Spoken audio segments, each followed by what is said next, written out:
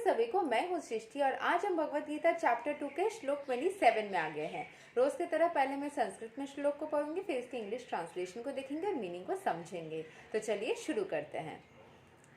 जतास्या हि ध्रुवो मृत्युर्ध्रुवां जन्मामृतस्या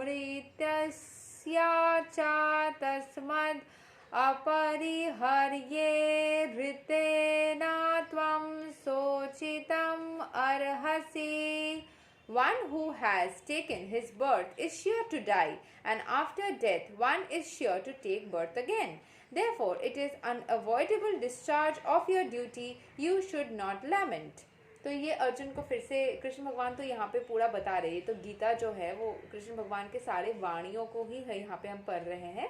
तो उन्होंने बोला कि जो भी जन्म लेता है उसको तो मरते हुए हम देखते हैं, जन्म और मृत्यु तो दिखता है, ये तो श्योर दिखता है ना कि सभी जो जन्म ले रहे सभी उनका डेथ हो रहा है। तो फिर जो कंसेप्ट है कि जो मर रहा है वापस से जन्म लेता है, वो थोड़ी सी कंफ्यूजन लोगों में होती है। कुछ लोग बोलते हैं नहीं होता है, कुछ लोग बोलते हैं होता है। तो यहाँ पे लेकिन बर्थ एंड डेथ जो पार्ट है वो तो रियल है, तो वो अनअवॉइडेबल पार्ट है। तो उसके वजह से मृत्यु हो जाएगी लोगों की, ये सोच के दुख होने का या दुखी होने का कोई मतलब नहीं बनता।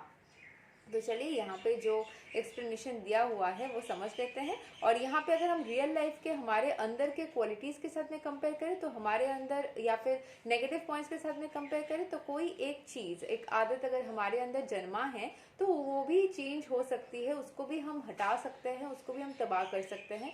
उसको लेके दुखी होने की कोई ज़रूरत नहीं कि वो रहेगा कि जाएगा, कि कैसे हटाना है, किस तरीके से। अगर कुछ आया है तो वो जा भी सकता है, जिस तरीके से आया है उस तरीके से जा सकता है। तो उस चीज़ को लेके जाएगा तो कैसे जाएगा या जाएगा तो क्या होगा, किसी भी चीज़ को लेके दुखी होने का कोई मतलब नहीं, क्योंकि वो कभी भी हो सकता है, वो हमारे कंट्रोल में नहीं होता है। बट जो टाइम हमें मिलता है उस टाइम को हम अच्छे से जी सकते हैं, रह सकते हैं, एंड उसमें हम खुशियाँ ढूंढ सकते हैं, ताकि जब वो चला जाए तो उसमें दुख ही ना हो या रिग्रेट ना हो कि अच्छा टाइम में ये चीज़ छूट गया।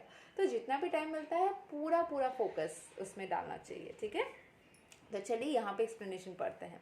One has to take birth according to one's activities of life, and after finishing one term of activities, one has to die to take birth of the next. In this way, one is going through one cycle of birth and death after another without liberation. तो अगर किसी को जन्म लेना है और तो जन्म लेने के बाद, मृत्यु के बाद वापस से वो साइकिल में चला आता है, वापस से जन्म लेने का, ऐसा माना जाता है।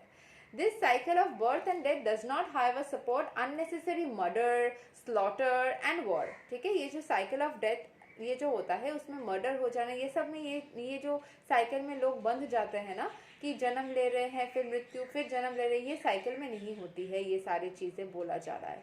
देखिए, ये अगर हम अपने आदतों से करते हैं ना, तो आप एक गंदी आदत, मान लीजिए किसी को अल्कोहल लेने की आदत है, तो वो आदत उसके अंदर आई तो उसने उसको छुड़ाया, वापस से वो आदत आई, फिर उसको छुड़ाया, ऐसा होता गया। या फिर एक आदत आई, उसको छुड़ाया तो दूसरा पकड़ लिया, फिर उसको छुड़ाया तो तीसरा पकड़ लिया, ऐसा भी होता है।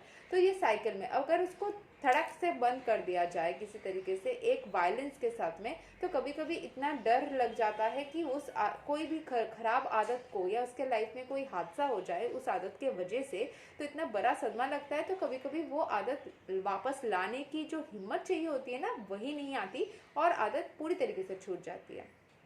तो इसको आप सिमिलर कंपेयर कर सकते हो कि वॉर या स्लॉटर या मर्डर, इस सिचुएशंस में ये साइकिल वाली कंटिन्यूएशन जो है, बर्थ डेथ आदत आना जाना ये नहीं होती है, अचानक से बंद हो गई। But at the same time, violence and war are inevitable factors in human society for keeping law and order.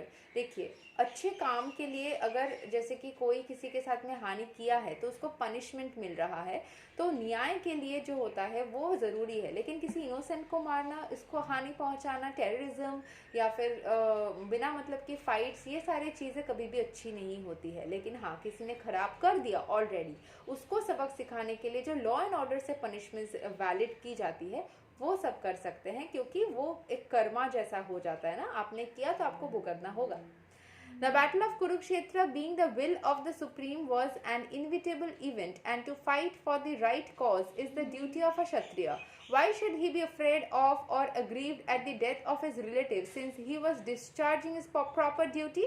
उसको रिलेटिव है या कोई और इंसान है, ये सब सोच लाने की जरूरत ही नहीं, क्योंकि उसका पार्ट ऑफ द ड्यूटी है. जो लोगों के साथ वो लड़ रहा है उन्होंने कभी ना कभी गलतियां की थी, तो उन गलतियों के वजह से ये फाइट जनरेट हुई, डिसाइड हुआ कि फाइट करना है. क्यों फाइट करना है? इनोसेंट को जाके आप नहीं मर रहे हो, किसी को मार नहीं रहे हो मर्डर जैसा कि आपने किसी को जाके अपने रिलेटिव्स को ऐसे ही मार दिया. आप ऐसा नहीं कर रहे हो, क्योंकि कोई प्रॉब्लम हुई थी उसके वजह से डिसाइड हुआ कि फाइटिंग होगा, इसीलिए आप फाइट कर रहे हो. तो the difference it should be very clear.